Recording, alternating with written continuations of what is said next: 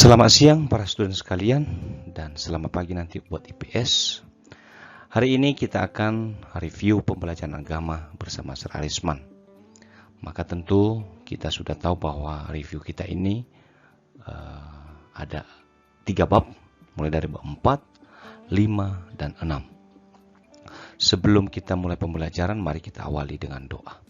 Dalam nama Bapa, Putra, dan Roh Kudus. Amin. Ya Bapakku yang baik, sungguh bersyukur atas segala kasih-Mu, segala cinta-Mu yang senantiasa mengalir dalam kehidupan kami. Bukan suatu kebetulan Tuhan bahwa kami bisa merasakan cinta-Mu, tetapi itu semua rencana-Mu.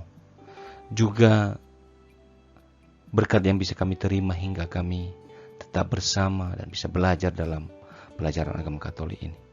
Kami yakin bahwa senantiasa Engkau bimbing kami, terutama para peserta didik kami yang akan menyiapkan diri menghadapi evaluasi yang sangat banyak. Namun kami yakin bahwa dengan persiapan yang baik, mereka akan memperoleh nilai yang memuaskan.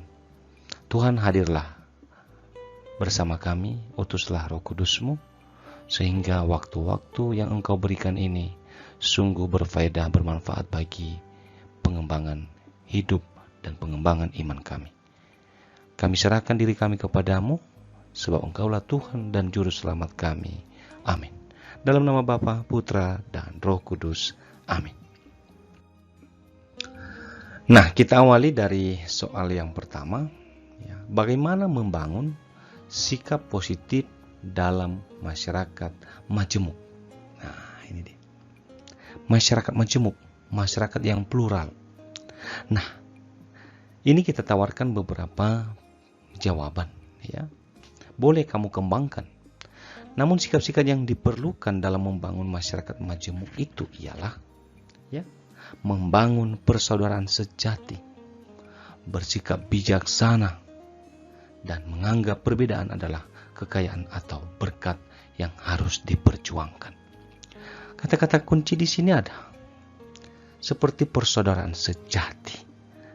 Anda dan saya bersaudara, dan itu harus sejati, harus tulus, ya, bukan azas manfaat. Juga dalam membangun kemajemukan, kita harus bersikap bijak, tidak boleh ikut arus, ya, apalagi dipengaruhi oleh yang mayoritas. Ya, dan kalau mayoritas itu salah, kita tidak boleh ikut. Ya. Yang kita utamakan adalah bagaimana kita hadir dan memberikan berkat bagi yang lain. Dan itu harus kita perjuangkan. Nah, yang kedua, bagaimana perjuangan Yesus menyatukan bangsanya. Nah, rupanya kesatuan ini juga menjadi perjuangan pada zaman Yesus. Ya, Yesus sangat mencintai bangsanya dan ingin menyatukan mereka. Namun apa yang terjadi? Mereka sangat susah untuk bersatu. Ya, ini bukan rahasia, apalagi ini rahasia umum. Di mana-mana terjadi perpecahan. Ya, Matius 23 ayat 37 memberikan gambarannya apa? Mereka itu bagaikan anak-anak ayam yang kehilangan induknya. Susah disatukan. Yesus hadir pun tidak menyatukan mereka. Ya, malah mereka bersatu nanti melawan Yesus. Nah, jadi Yesus memberikan contoh kepada kita bahwa pada masyarakat pada zamannya juga seperti itu. Karena kita sudah memiliki pengalaman seperti itu, maka kita harus belajar jangan seperti mereka. Kita harus bersatu. Nah, jelaskan sikap Yesus membuka dialog dengan siapa saja. Perikop kitab suci yang pernah kita singgung di sini adalah pertemuan Yesus dengan perwira Roma. Ya. Yesus sangat terbuka dengan siapapun, termasuk kepada mereka yang memusuhinya. Nah, sikap Yesus ini terlihat saat membantu pengobatan hamba seorang perwira Roma. Sementara dalam adat istiadat Yahudi, haram hukumnya bergaul dengan orang kafir. Karena bagi orang Yahudi, orang Roma itu adalah orang kafir. Tapi Yesus ya semacam mengabaikan adat istiadat itu demi membuka ya keterbukaan dengan siapa saja. Ya. Itu yang harus kita contoh dari Yesus, ya.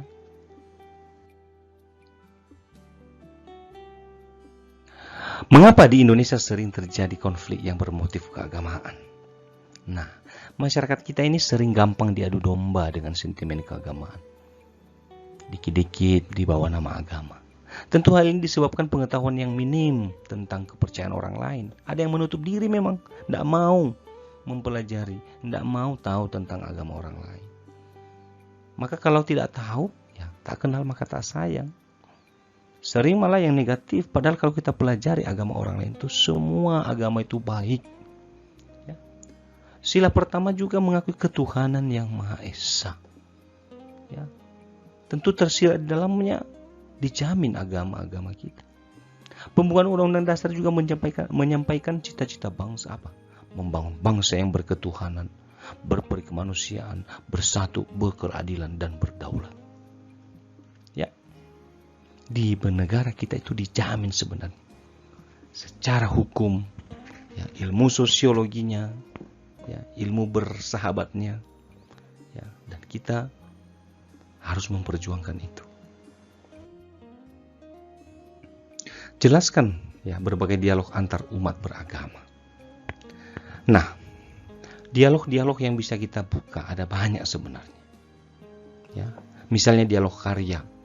Kita menciptakan kegiatan bersama yang kita bisa menciptakan satu karya yang bisa diterima oleh siapapun.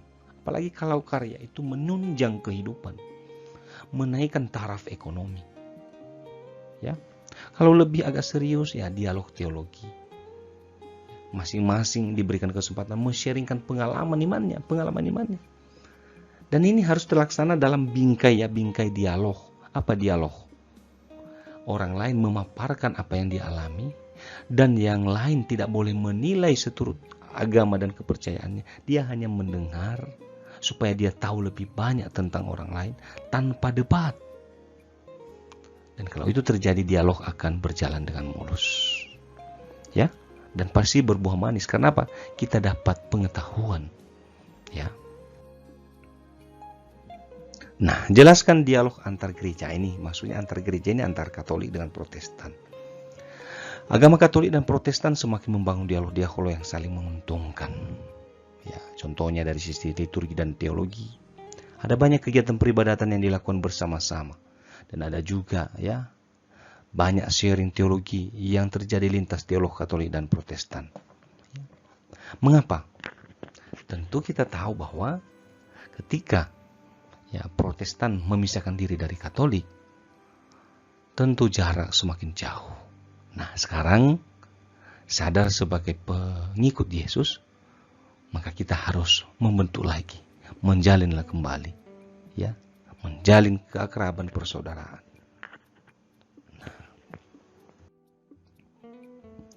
Apa landasan ya dan bagaimana penegasan Katolik tentang kebenaran imannya dalam dokumen Nostra Aetate? Ya, kita tahu bahwa dalam dokumen Nostra Aetate artikel 1 sampai 3 itu menegaskan bahwa ya Gereja Katolik tidak menolak apa yang benar dan suci dalam setiap agama manapun. Tapi ingat, ini penegasannya. Gereja Katolik dengan tegas tetap memaklumkan apa yang dimaklumkan oleh Yesus. Walaupun tidak menolak ya yang benar dan suci dalam agama lain, tetapi dia tetap memaklumkan bahwa Yesus Kristus adalah Kristus sendiri yang diimaninya itu sebagai itulah jalan, itulah kebenaran, itulah hidup. Via Veritas Vita. Veritatis, ya. Via Voluntas, ya. Vita Veritas, ya. Via jalan, Vita kehidupan, Veritatis kebenaran.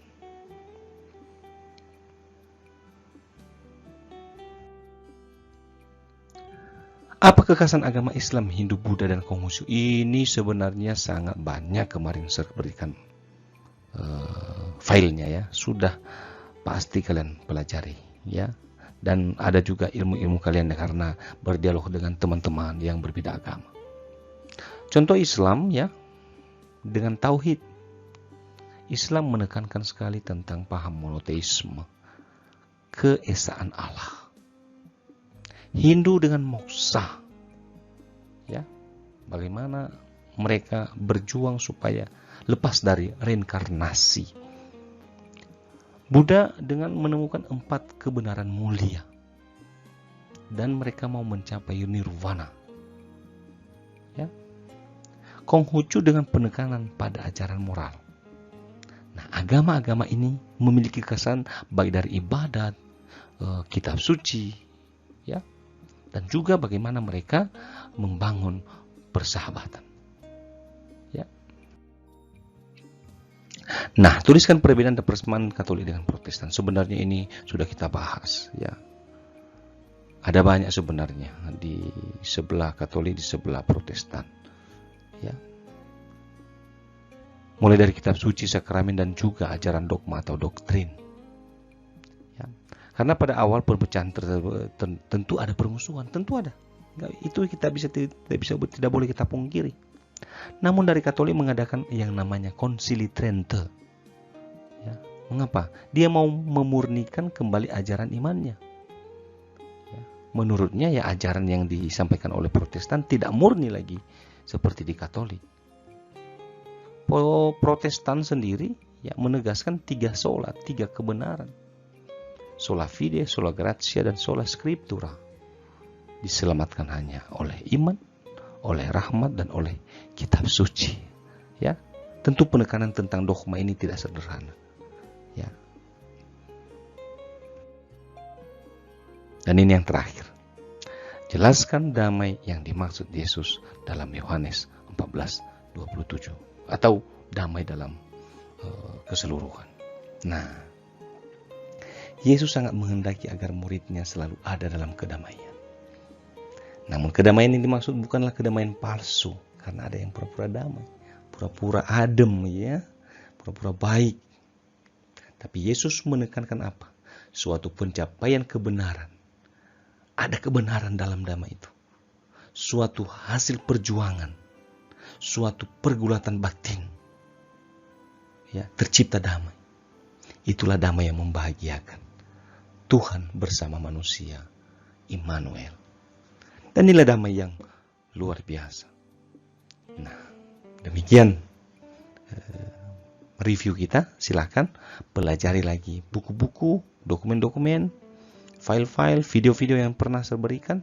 Saya yakin kamu akan bisa mempelajari ini dan menjadi bekalmu dalam kehidupan menjadi pengikut Yesus yang baik. Kemuliaan kepada Bapa dan Putra dan Roh Kudus, seperti pada permulaan, sekarang, selalu, dan panjang segala abad. Amin. Dalam nama Bapa, Putra, dan Roh Kudus. Amin. Tuhan Yesus memberkati.